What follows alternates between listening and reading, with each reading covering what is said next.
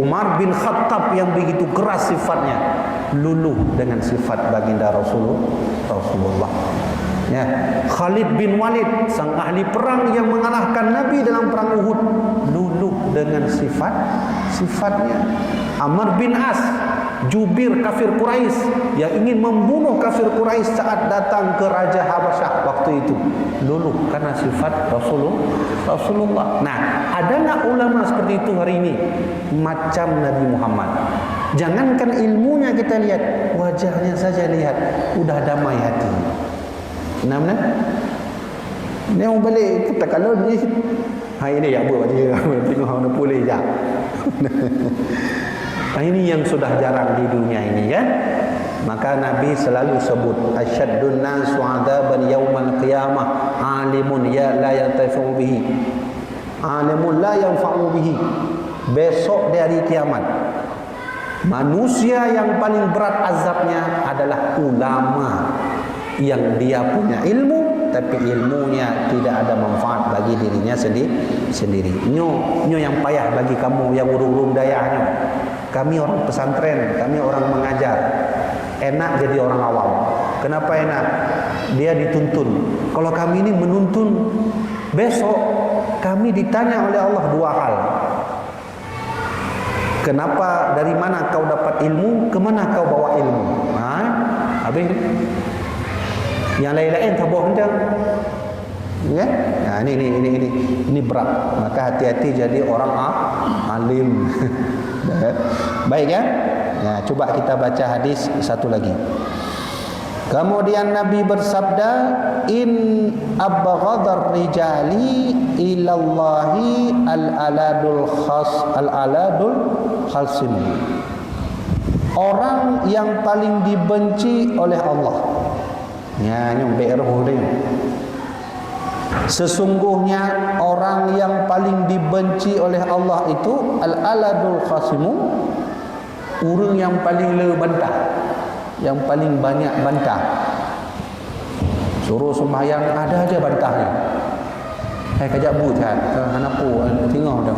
Pokoknya nak bantah. Kayu pugot kebaikan tabe nak bantah, tabe nak alasan. Nya urangnya oleh Rasulullah orang yang paling dibenci Allah. Dalam hal agama ada orang apa bantah kecuali bab lain. Kalau dalam agama orang suruh solat, orang suruh ngaji, jangan banyak bantah, pergi terus. Andai pun tak mau pergi, udah diam aja, hormati kalimatnya, kan? Kadang-kadang dia orang tahu ya buat pokoknya hina alasan. Anak pun dah boleh muda tengok tahu dekat Tuhan. Dekat Tuhan. Punya udah, punya mati gimana? Gitu kan? Nah, jadi jangan bantah. Ayo kita baca hadis Nabi yang lain yang setara dengan ini. Nabi pernah bilang begini, "Ma nahaitukum anhu fantahu."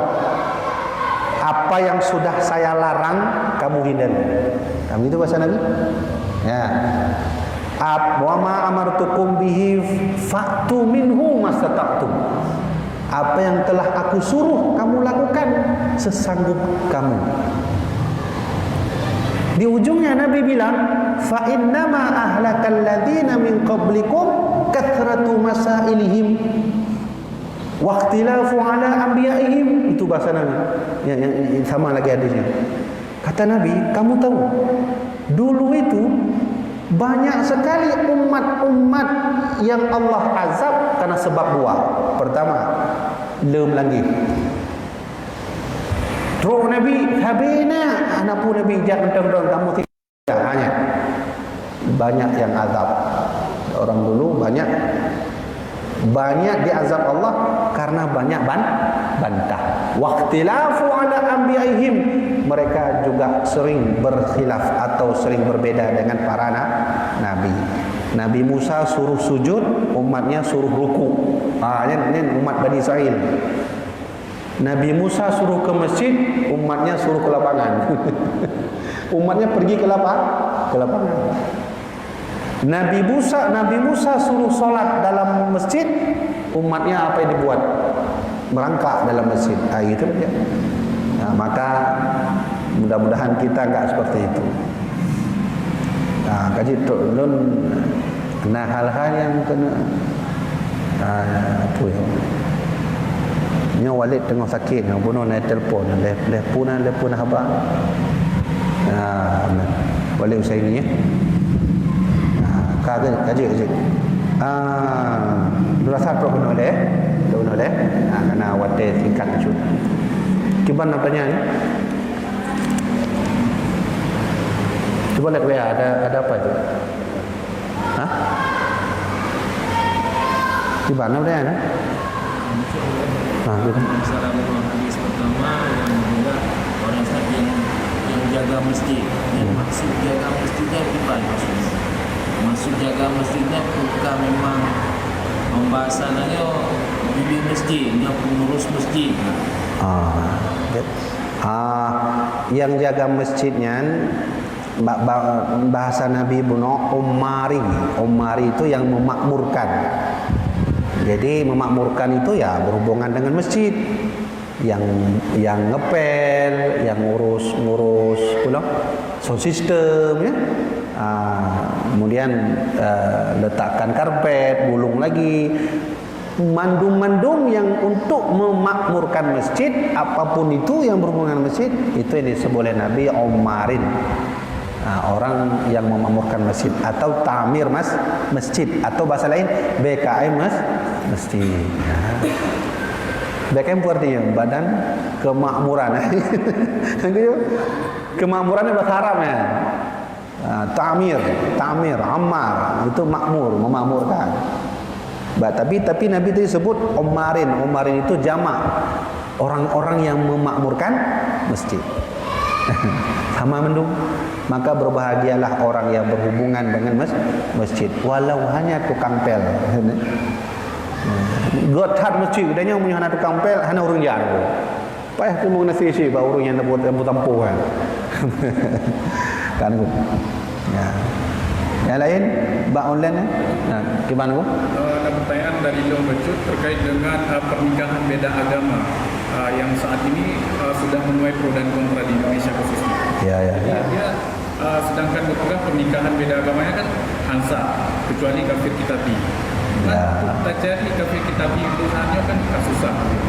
Bagaimana cara kita untuk memberikan pemahaman untuk orang-orang yang minus pengetahuan agama yang Ya, memang pertanyaannya itu apa hukumnya kita menikah dengan kafir?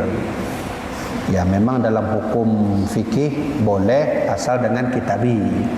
Timbul lagi pertanyaan, Tengku, kan dah payah cari kitabi di dunia ini. Orang yang betul-betul percaya masih dengan kitab Taurat dan Injil. Mana mungkin dia kan? Maka memang sulit. Jadi orang kalau mau nikah sekarang sama kafir, hukum boleh nikah sama kafir yang kitabi, itu dah sulit carinya. Tak bisa lagi itu. Dah payah cari. Memang gimana tuku saya dah cinta lagi? Nggak, ya pilih dua.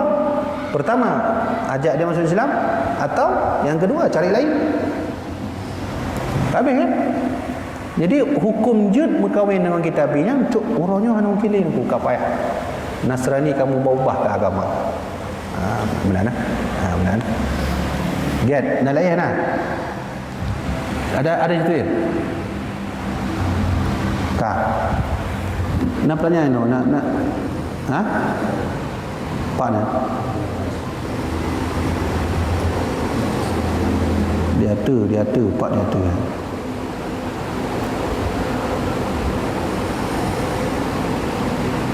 Assalamualaikum. Oh ya, kau tengok. Assalamualaikum Abu Ya, saya dari Aceh Utara. Bagaimana hukum berzikir memakai pengeras suara setelah solat di masjid? Nyo kaim tahu orang tanya mai. Nyo urang tanya nyawa na lun jawab di Aceh Timur. Jadi terjadi dua kelompok. Nyo lun cerita di Aceh Timur, hanu sebut masjid ya. Ketika lun dakwah, lun ceramah, maka terjadi dua kubu. Yang kubu pertama bilang harus baca zikir habis solat dengan suara keras. Kubu kedua bilang enggak boleh, ringan aja. Saya bilang orang ini jawabnya, "Abu Ya, gimana caranya kamu pakai malam haram?" Ini simple menghadapi yang lagi yang lupa, menolong bukan.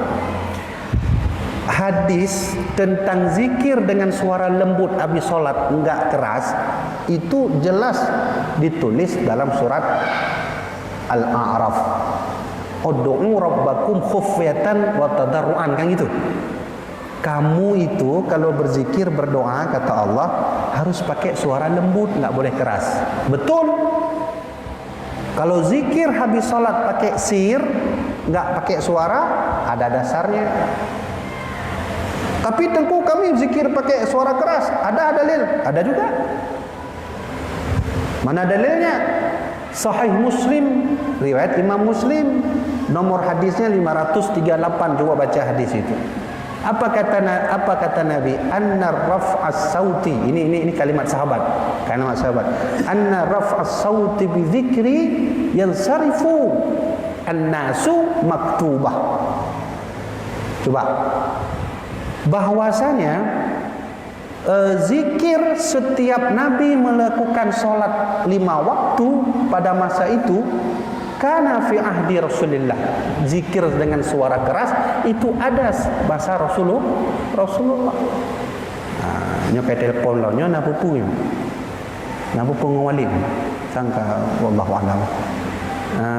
Jadi zikir dengan suara tidak keras itu boleh, ada dasarnya. Zikir dengan suara keras itu boleh, ada dasarnya. Timbullah dua. Nah, sekarang ayo kita tanya ke Imam Nawawi. Saat muridnya bertanya pada Imam Nawawi, "Wahai Imam Nawawi, kami ada masalah. Sebagian kami bilang harus zikir dengan suara keras habis sholat, sebagian kami bilang suara zikir harus suara yang tidak keras. Bagaimana menyelesaikannya?" Kata Imam Nawawi, kamu harus pakai kaidah al-jam'u wa taufiq. Menyobah kearifan lokal bagaimana? Mufung kearifan lokal, menyo masjidnya katrib dengan masjid dengan suara zikir yang keras setelah sholat, lanjutkan. Hadisnya ada. Datang orang, nggak boleh. Dia tidak ada hak membantah karena ini kuat hadis, kuat dalil. Terjadi perbedaan pendapat, ini sama. Saya kelompok yang bilang suara zikir nggak boleh keras setelah solat. Kurang drone mengatakan boleh. Maka kita duduk bersama menyelesaikannya gimana? Ayo kita musyawarah. 30 orang bilang harus zikir dengan suara keras, 5 orang bilang zikir tidak boleh dengan suara keras. Yang lebih pendapat yang lenyau. Maka Nabi berpesan, "Idza ahadukum ikhtilafan." Kalau kamu bermusyawarah, terjadi perbedaan pendapat, fa'alaikum bisawadil a'dham, pilih yang mana yang terbanyak. Mufhum kan?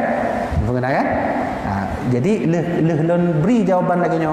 Alhamdulillah awak Aceh Timur. Kabar henku. Berarti kamu lebih pendapat zikir dengan suara keras. Habis. Terus yang datang nanti bilang dia enggak ada hak karena hadisnya kuat.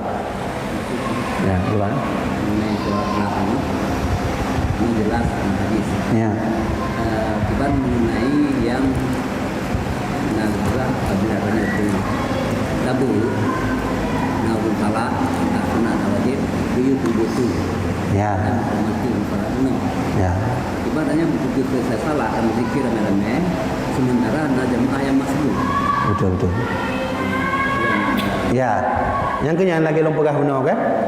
Bahwasanya jamaah yang masbuk itu dia harus faham bahwa di masjid ini ada zikir dengan bacaan keras. Dia harus terima hukum itu. Harus terima. Kenapa? Karena itu ada dasar. Tunggu saya enggak khusyuk. Kalau enggak khusyuk berarti bukan pada orangnya yang bermasalah, orang yang zikir. Dirinya kenapa enggak khusyuk?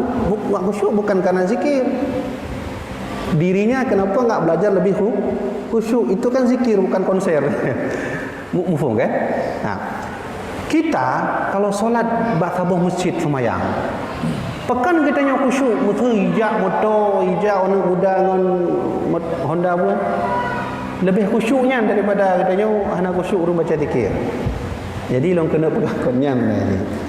Bagi orang yang enggak setuju dengan itu tak masalah, tapi dia faham bahwa zikir suara keras itu ada dasarnya. Suara keras ini baik mana ni butuh gada tahu ni. Baik si suara keras tu ya kita baca ada suara, makmum baca juga ada suara. Nah gitu kan? Tengku di Madinah kenapa enggak baca? Di Madinah Makkah itu kan ribuan orang datang.